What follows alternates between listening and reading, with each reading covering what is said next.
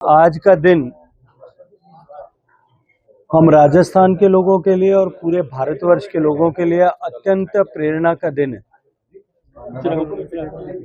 जहां एक तरफ आज पूरा देश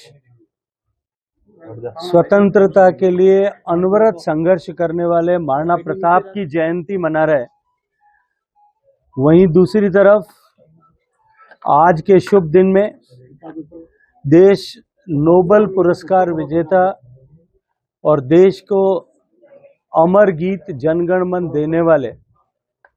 श्रद्धेय स्वर्गीय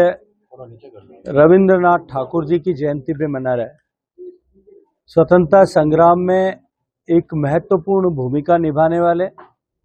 और भारत में स्वतंत्रता के लिए जन जागरण करने वाले गोपाल कृष्ण गोखले जी की भी आज जयंती पूरा देश मना रहा है। इन सब हुतात्माओं की जयंती हम सब के लिए एक अवसर है कि हम सब लोग इस वर्तमान कालखंड में, जब हमारा देश अमृत काल से में विकसित होने की दिशा में माननीय प्रधानमंत्री जी के नेतृत्व में आगे बढ़ रहा है, उस समय में हम सब लोग भी इनसे प्रेरणा लेकर के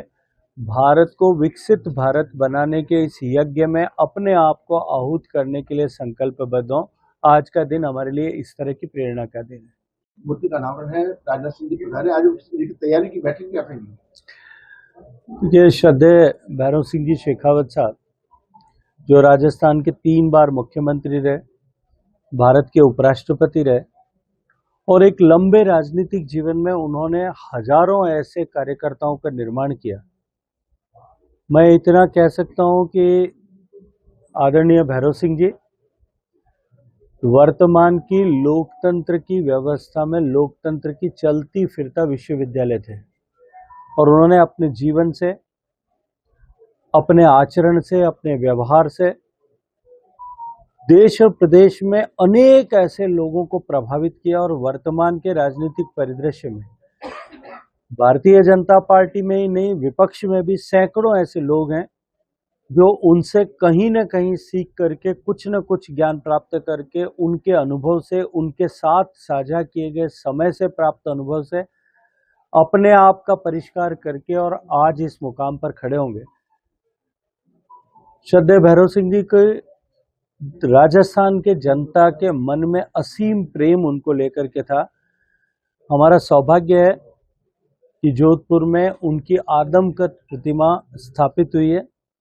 और निश्चित रूप से आने वाले समय में समृद्ध होते हुए लोकतंत्र में उनके जीवन से प्रेरणा लेने का अद्भुत अवसर इसके माध्यम से लोगों को मिलेगा। देश के रक्षा मंत्री श्रद्धेय राजनाथ सिंह जी, राजस्थान के माननीय मुख्यमंत्री आदरणीय भजन लाल जी,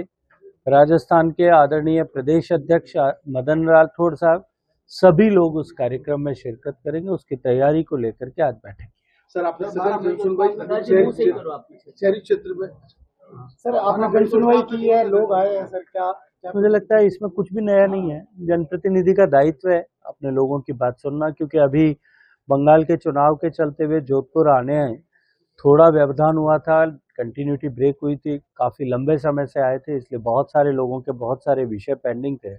आज सुबह 8 बजे से शुरू करके अभी तक सबकी बातचीत को सुना है। मुझे लगता है सब समस्याओं का समाधान होगा और आने वाले समय में इस प्रक्रिया को हम निरंतर जारी रखेंगे। आज शाम को भी राजस्थान सरकार माननीय मुख्यमंत्री जी के पहल पर आयोजित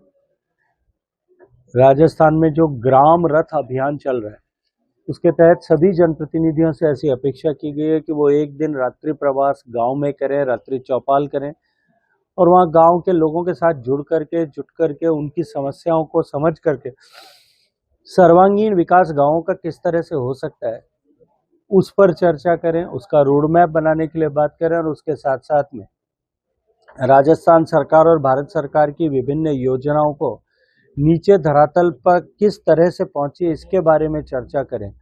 जनता को विभिन्न योजनाओं के बारे में जागरूक करें। इसको लेकर के जो कार्यक्रम चल रहा है उसके निमित्त आज रात्रि का प्रवास मैंने भी पोखरण विधानसभा के फलसून ग्राम पंचायत में करने का तय किया है। तो ये कार्यक्रम जो है ये निरंतर चलता रहना चाहिए, ये आवश्यक भी है और जिम्मेदारी भी है।